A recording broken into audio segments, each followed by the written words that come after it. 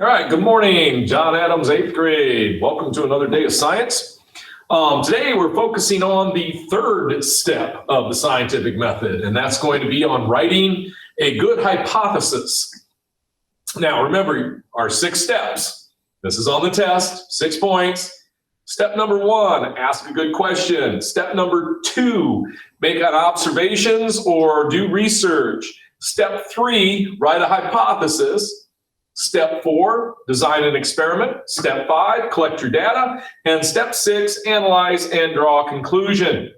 So today we're focusing on step 3, and that is writing a good hypothesis. As part of today, you will be doing a little bit of a lab on your own.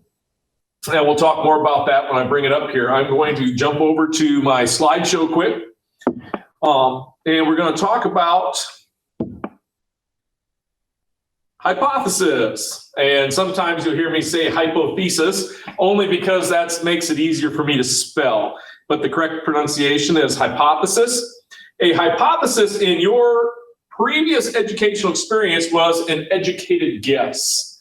And that is true, but we're going beyond that a little bit. It's not only an educated guess, but it also is a statement that defines what you're going to do before you make that guess.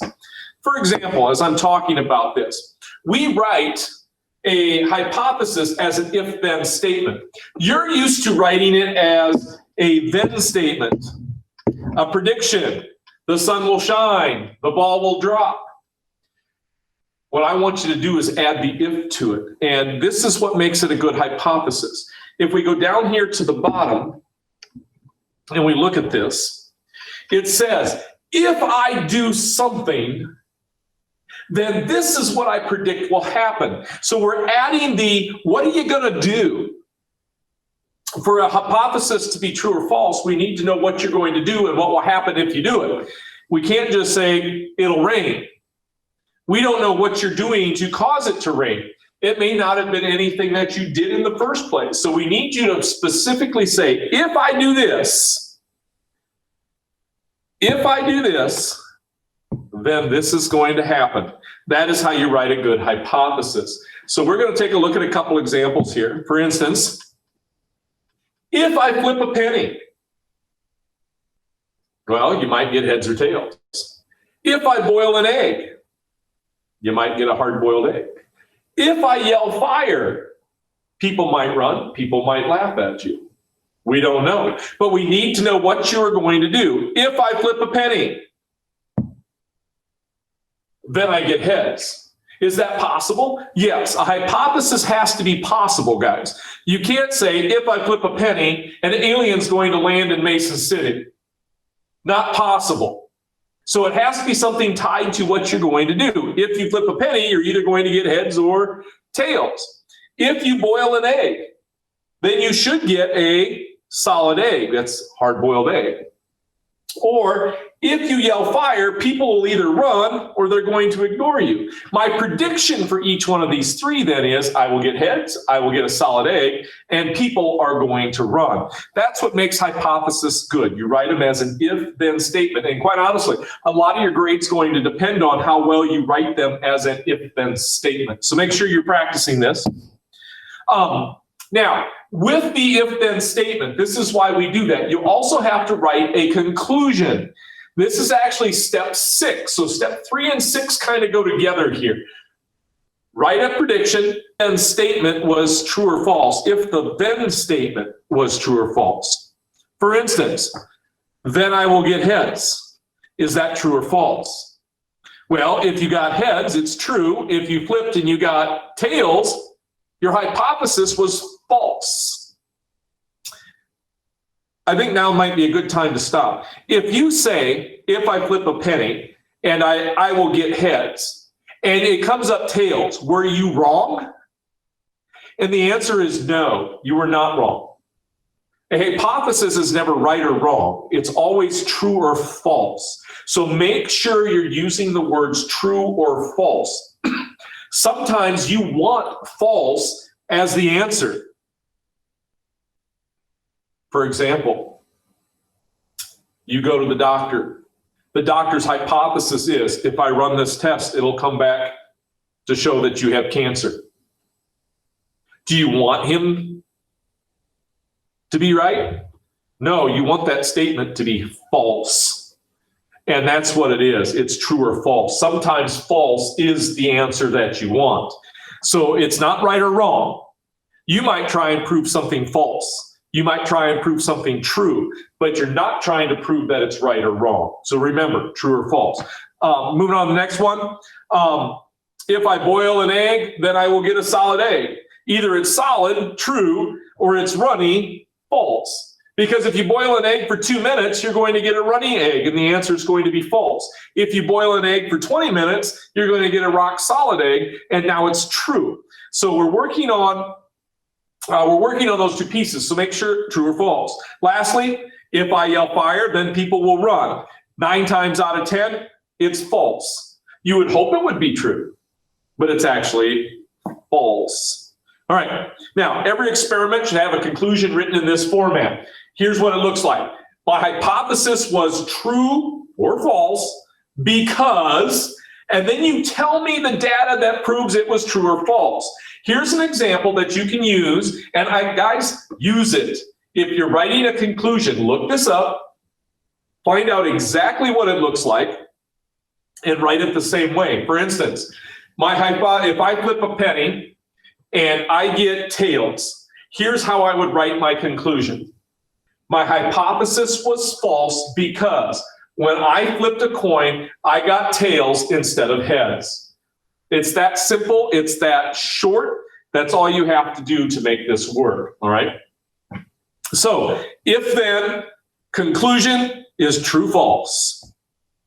A couple terms for the test. These will be on the test. Independent variable is what you change in the experiment. A dependent variable is the result of your test. What are you trying to measure and collect data on?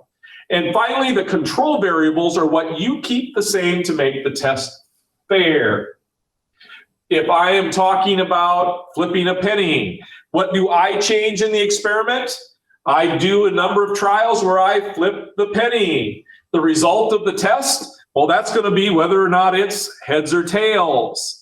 The control variables you keep the same. Well, you have to flip the penny exactly the same way every time. You have to catch it the same way every single time. If you don't, you wind up with a really odd results. For example, so here's what I mean about the different variables or the control variables. And I'm going to jump back to the video of me so that you can see what's going on. I have a penny here, and I'm going to flip it 3 times. And I'm going to say, I'm going to get heads 3 times. All right, ready? Going to flip it, catch it. I got heads. Second flip. I got heads. Anybody seen a problem yet? I got heads. I get heads 100% of the time when I flip a penny. And some of you are going to be screaming, not fair, you didn't do that right. You're right, I didn't. It's not fair. If you catch it a certain way, you have to catch it the exact same way every time. It's just like flipping it. I can flip it this way once, but if I throw it across the room the second time, that's not keeping the test fair. So make sure that when you're doing this, that you keep the test fair by doing everything the same way. Those are called controls, guys. And that's what we're looking for. Controls. To make the test fair. All right. Now, your assignment. You are going to create a spreadsheet for me. The title should be your name and period, as well as penny flip. What you need to do is, first, you will write a hypothesis for flipping a penny 10 times. It should be something like this. If I flip a penny 10 times, then I expect to get, and either say heads, tails, how many times you think. I expect to have heads 5 times. Then what you're going to do is you're going to flip the penny 10 times. And I'll put that there. Flip the penny 10 times. All right. I'll explain the 3 times over here in a minute. All right. You flip it 10 times. And if you got 5 out of 10, you're going to tell me in your conclusion, was your hypothesis true or false? For instance, I got 5 out of 10. My hypothesis was true because I got 5 out of 10 heads. But if it was false, let's say I got 2 out of 10. What I want you to do is go back, rewrite another hypothesis, and do it again. You need to do it 3 times. So you're going to basically flip a penny 30 times. You should write 3 hypotheses, 3 conclusions, and have 3 data tables on your spreadsheet. Now, I know some of you don't have experience with this. Here's what your data table should look like. So when you go into Google Classroom, I would have up here in the top, I would write the word trial. And then I'm going to list 1, 2, 3, 4, 5, 6, 7, 8, 9, 10. I only put 5 on here because I ran out of space. And then at the bottom of 10, you're going to write the word total. So if I flip a penny, the first time I flip it, I get heads. I'll put an X there. The next time I flip it, I get heads. The next time I get it, I get tails. Then heads, then tails. So I would have 3 heads and 2 tails. If my hypothesis was, if I flip a penny 5 times, then I get heads 2 times. I got heads 3 times. So my conclusion would be, my hypothesis is false because I got heads 3 times. 3 times. All right. And then you're going to, I would suggest writing my second table would say, if I flip a penny 5 times, then I will get heads. Oh, gee, because you got 3 on your first trial,